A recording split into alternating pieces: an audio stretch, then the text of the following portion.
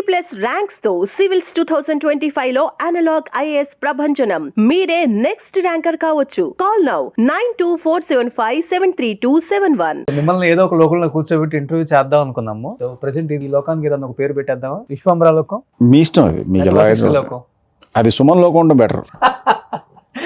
So anyhow బయట అయితే చిరంజీవి గారిని ఎలా చూడబోతున్నాము అనే దానికన్నా కూడా ఎలా చూపించబోతున్నారు డైరెక్టర్ అనేది ఎక్కువ డిస్కషన్. ఇప్పుడు ఎంతో మంది డైరెక్టర్లు జస్ట్ చిరంజీవి గారిని ఒకసారి కలిస్తే బాగుండు, మా సినిమా ట్రైలరో టీజరో రిలీజ్ చేయించుకుంటే బాగుండు అనుకునే వందల డైరెక్టర్స్ని చూసాం. అలాంటిది మీరు సెకండ్ మూవీతోనే డైరెక్ట్గా మెగాస్టార్ గారి సినిమాతోనే ప్రయాణం కొనసాగుతుంది అనే ఫీల్ వింటున్నప్పుడు కానీ సెట్లో ఉన్నప్పుడు కానీ చాలానే ఉంటుంటుంది. కాబట్టి అసలు ఎలా పాసిబుల్ అయింది ఇది? ఒక రకంగా చెప్పాలంటే నిజంగా అది అదృష్టమే చెప్పాలి.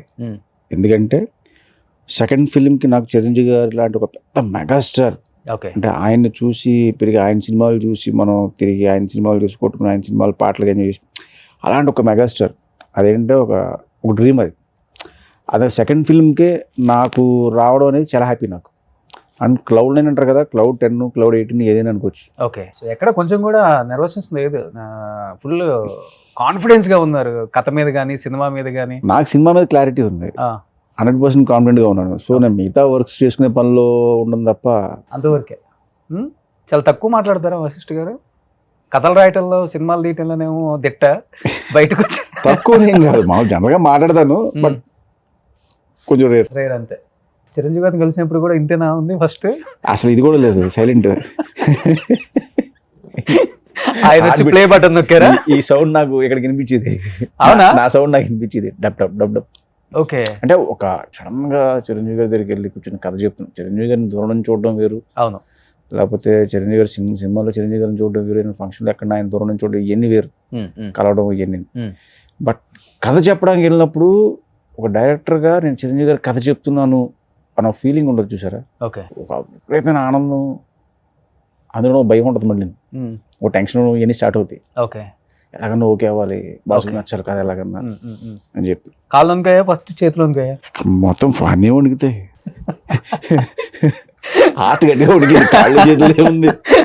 ఓకే, హార్ట్ సౌండ్ ఇక్కడికి వచ్చింది, చేతులు కాళ్ళు వణకటం పెద్ద లెక్క. అదే అడిగా, ఏంటమ్మా చెప్పమ్మా అన్న తర్వాత, సార్ ఒక 5 నిమిషాలు సార్ మీరు అలా కూర్చుంటే నేను ఫస్ట్ రిలాక్స్ అవుతాను, నా హార్ట్ బీట్ నాది కంట్రోల్లోకి వస్తుంది. ఫస్ట్ ముందు నేను నమ్మాలి, నేను చిరంజీవి గారి ముందుకు వచ్చిన కథ చెప్తున్నాను అనే విషయం నేను నమ్మాలి సార్. ఓకే, అంటే ఒక ట్రాన్స్లో నేనున్నాను. ఓకే, అప్పుడు స్టార్ట్ చేశాను. ఊహించుకున్నారా విశ్వంబరుడుగా చిరంజీవి గారు అసలు ఎలా ఉంటారో? కథ రాసేటప్పుడు కానీ ఆయన దగ్గరికి వెళ్ళి చెప్పేటప్పుడు డెఫినెట్గా ఆయన ఎంతోమందిని చూసుంటారు, తెలిసిపోతుంది ఆ విజన్ ఏంటో కూడా. మీరు ఊహించుకొని ఉంటారు కాబట్టి మీ ఊహకు ఎలా అనిపించింది ఫస్ట్? అసలు కథ మొదలెట్టేటప్పటి నుంచి ఒక ఎగ్జైట్మెంట్ మీద ఉన్నాను నేను. యాక్చువల్లీ చిరంజీవి గారు ఈ కథలో ఇలా ఉంటారు, అండ్ చిరంజీవి గారు లుక్స్ వైజ్ నాకు నచ్చిన చిరంజీవి గారి లుక్స్, అంటే ఫ్యాన్స్కి విపరీతంగా నచ్చే లుక్స్ కొన్ని ఉంటాయి.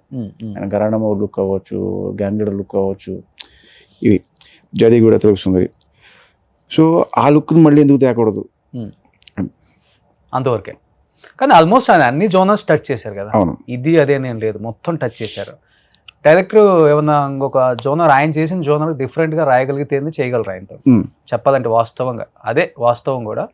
బట్ దాంట్లో ఏమైనా కొంచెం కష్టపడాల్సి వచ్చిందా మీకు? ఆయన ఎంటర్టైన్మెంట్ సినిమాలు చేశారు, at the same time message oriented సినిమాలు ఫినిష్ చేశారు, కమర్షియల్ ఫిల్మ్స్ చేశారు, సో ఫ్యాంటసీ సినిమాలు కూడా చేశారు. బట్ నాకు దొరికిన లక్కీ థింగ్ ఏంటంటే ఆయన అత్తగివుడు అమ్మాయి మొగుడు తర్వాత చాలా గ్యాప్ తర్వాత జయదేవి సుందరి చేశారు.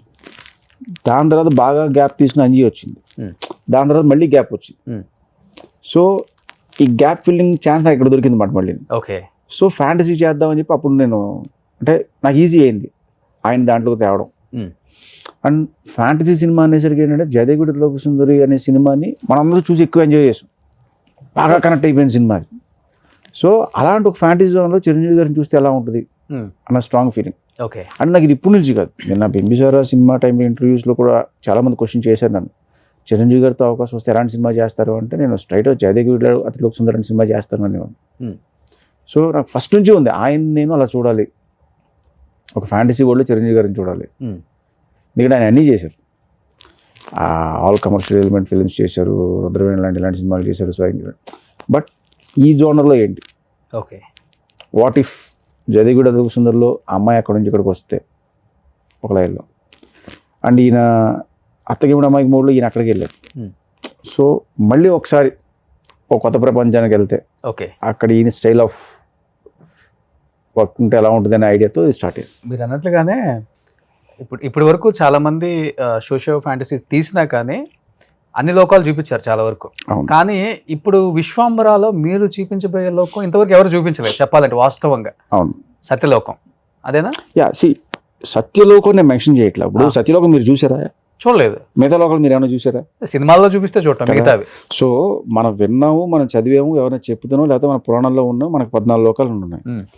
సో ఈ 14 లోకాలని మన డైరెక్టర్స్ అవ్వచ్చు, ఇంకా ప్రొడ్యూసర్ హీరోలు అవ్వచ్చు, వాళ్ళు దాన్ని ఎక్స్ప్లోర్ చేశారు. అంటే స్వర్గలోకం ఇలా ఉంటుంది, యమలోకం ఇలా ఉంటుంది అని చెప్పి దాన్ని కమింగ్ అంటే వచ్చే జనరేషన్స్ మారుతూ వచ్చిన టైంలో దాన్ని ఎక్స్ప్లోర్ చేసుకుంటూ వచ్చు ఇంకా బెటర్ వే. ఇప్పుడు రాజమౌళి గారు యమలోకాన్ని చాలా వైడ్లో చూపిస్తారు ఆయన. ఇప్పుడు మామూలుగా అప్పుడు దాకా యమలోకం అనేది ఎలా ఉంటుంది, దున్నపోతు అనేది ఉండి యముడు ఆ సింహాసనం ఉండి ఆయన కూర్చుని ఉంటాడు, చుట్టూ చిన్న ఫైర్ ఉంటుంది.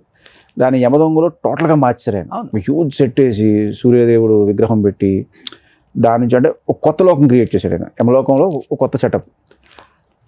సో ఇవన్నీ మనం చూసేసినప్పుడు ఇంకేముంది అని వెతికినప్పుడు నాకు సత్యలోకం ఉంది. ఓకే, సత్యలోకాన్ని ఇన్స్పిరేషన్గా తీసుకుని ఇక్కడ మనం క్రియేట్ చేద్దాం. సత్యలోకం ఎలా ఉంటుందో నాకు తెలియదు. సో ఆ సత్యలోకం ఇన్స్పిరేషన్గా ఒక కొత్త లోకం క్రియేట్ చేద్దాం, ఒక కొత్త ప్లేస్ కావాలి. ఓకే, అది విశ్వంబర. అట్లీస్ట్ ఇప్పుడు ఆ లోకం ఎలా ఉంటుందో చూడటానికి కనీసం వెళ్ళాల్సి వస్తుంది థియేటర్కి మేమందరం. 100%. అంతేనా? లాక్ చేశారు బాగానే ఫ్యాన్స్ని, సినిమా లవర్స్ని గట్టిగా లాక్ చేశారు. కొత్త లోకం చూపిస్తున్నారు కాబట్టి. ఎలా ఉంటారు అక్కడ మనుషులు? మన సేమ్ హ్యూమన్ బీయింగ్స్ మనలాగే ఉంటారు, కానీ చిన్న చిన్నవి ఏంటంటే వాళ్ళకి చెవులు ఉంటాయి, పొడుగ్గా అయిన చెవులు పెద్దగా మన అవతార్లో చూసినట్ట అనుకోండి. ఆ పొడుగాటి చెవులు ఉంటాయి. ఎందుకు అంటే దానివల్ల వాళ్ళకు ఉన్నది దూరం నుంచి ఏదన్నా ఆపద వస్తున్నా, ఏదన్నా ప్రమాదం వస్తున్నా కూడా పసిగడతారు. శబ్దాన్ని చాలా ఫాస్ట్గా పసిగట్టే ఇది. అండ్ ఇది మన కల్చర్లో ఉంది, యాక్చువల్లీ మన పురాణాల్లో ఉంది. ఓకే, ఏనుగు చెవులు అంటే యానిమల్స్ చాలా చూడండి, చాలా చెవులు ఉంటాయి. అండ్ మన పాత సినిమాల్లో కూడా చాలా క్యారెక్టర్కి చెవులు పెట్టి ఉంటారు. ఓకే, అండ్ తర్వాత అవతార్ వచ్చిన తర్వాత నుంచి అది ఎక్కువ ఫేమస్ అయింది. అండ్ తర్వాత ఇంకా మీరు సిరీస్లో ఏది చూసినా కూడా ఎల్ఫ్ అని చెప్పి వాటికి చెవులు ఉంటాయి కంపల్సరీ, ఏదో కామన్ అయిపోయింది వాళ్ళకి. సో అలాగే మనకి అది ఉంది. ఓకే, సో నేను అందుకే దాంతో కంపేర్ చేయడానికి ఇష్టపడ్డాను. వీటితో కంపేర్ చేస్తే వెరీ హ్యాపీ నాకు. Okay, okay. ఎన్ని రోజులు పట్టింది సెట్ చేయడానికి ఈ లోకం? అంటే అక్కడ డిఫరెంట్ ప్లేసెస్ ఉంటాయండి. ఒక లోకం అంటే ఏదో ఫ్లోర్లో ఒక లోకం వేసేయడం కాదు అది. ఓకే, అక్కడ డిఫరెంట్ ప్లేసెస్ ఉంటాయి.